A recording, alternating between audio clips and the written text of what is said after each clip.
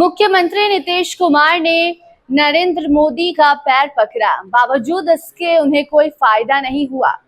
यह कहना राजद एमएलसी सुनील सिंह का है।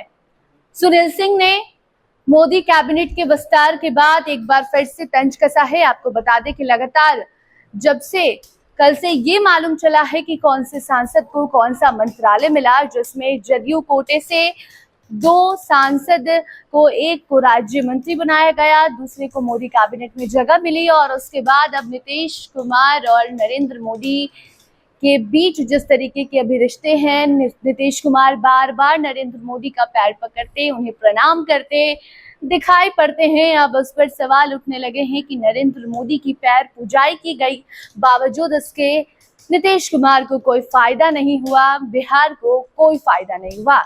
आपको बता दें कि नई सरकार बनती है और उसके बाद अब मोदी कैबिनेट का विस्तार हो चुका है। बिहार के 8 सांसद चले तो गए हैं मोदी कैबिनेट में, लेकिन जिस तरीके से जदयू को या फिर बिहार को फायदा नहीं हुआ जब मंत्रालय बांटे गए, तो ऐसे में बिहार के खाते में जो मंत्रालय आए उससे बिहार के लोगों में नाराजगी है। और खासकर जो विपक्ष है वो सवाल उठा रही है कि किस तरीके से नरेंद्र मोदी ने चाल चला और बिहार को धोखा दे दिया।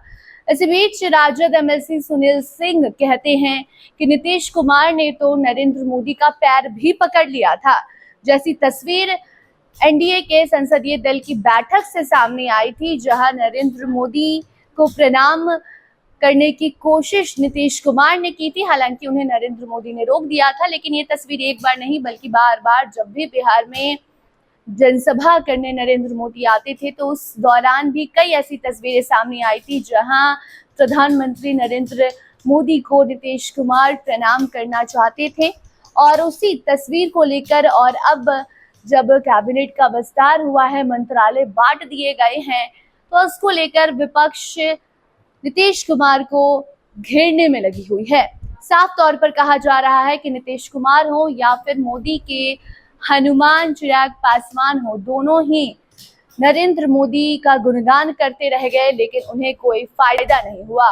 और इसी बीच आपको बता दें कि मोदी सरकार के नए मंत्रिमंडल को लेकर राजद के एमएलसी सुनील सिंह का भी तंज सामने आया है, जहां वो कह रहे हैं कि आपने तो पैर भी छुआ लेकिन इसका आपको कोई फायदा नहीं हुआ। और बीते कल तेजस्वी यादव ने भी झुनझुना बता दिया था। जिस तरीके से मंत्रालय सांसदों के बीच बांटे गए हैं, उसको लेकर लगातार विपक्ष सवाल उठा रही है और कह रही है कि बिहार को इससे कोई फायदा नहीं हुआ। हालांकि जब आज चिराग पासवान ने कार्यभार संभाला तो उन्होंने इसका जवाब भी दिया और कहा भी कि अगर कोई भी मंत्रालय किसी को मिलता है तो वो छोटा और बड़ा नहीं होता है, उस पर हम काम करते रहेंगे। लेकिन विपक्ष इस पर तंज कस रही है, घेरने की कोशिश कर रही है और उसका जवाब भी एक एक करके जो सांसदगण हैं वो देने की कोशिश कर रहे हैं, लेकिन विपक्ष इस बार चुप नहीं है। बाकी अब देखना होगा कि आगे इस चीज को कैसे नीतीश कुमार संभालते हैं या फिर मोदी कैबिनेट में शामिल हुए बिहार के 8 सांसद इस चीज को कैसे लेते हैं। कोई और नई खबर आएगी तो आपको जरूर बताएंगे। देखते रहिए फर्स्ट बिहार झारखंड। धन्यवाद। पनोरमा ग्रुप, जो सोचता है वो करता है। आपके अपने सपनों का आशियाना। ये लो, मुंह मीठा करो। आज मैंने अपना जॉब छोड़ दिया, अब हम पूर्णिया वापस जाएंगे। जॉब छोड़ दिया है? मतलब ये घर कैसे चलेगा? हम करेंगे क्या? और माँ बाबूजी क्या बोलेंगे? इसलिए मैं एक और मिठाई का डब्बा लाया। अपने बिजनेस के लिए लोन अप्रूव हो गया। अरे लोन अप्रूव हो गया वो तो ठीक है, लेकिन पूर्णिया में हम रहेंगे कहाँ? अपना घर भी तो नहीं है वहाँ। इसलिए तो एक और मिठाई का डब्बा अलग से लाया हूँ। हमने पूर्णिया में घर ले लिया है, पूर्णिया के ई होम्स पैनोरमा में। पूर्णिया में पैनोरमा ग्रुप लेकर आए हैं ई होम्स पैनोरमा। बड़ा घर, आलीशान जिंदगी और अत्याधुनिक सुविधाओं के संग। अरे अब क्यों मुंह मीठा करवा रही हो? क्योंकि हम घर वापसी जो कर रहे हैं। घर वापसी की खुशी पूर्णिया में ई होम्स पैनोरमा के संग।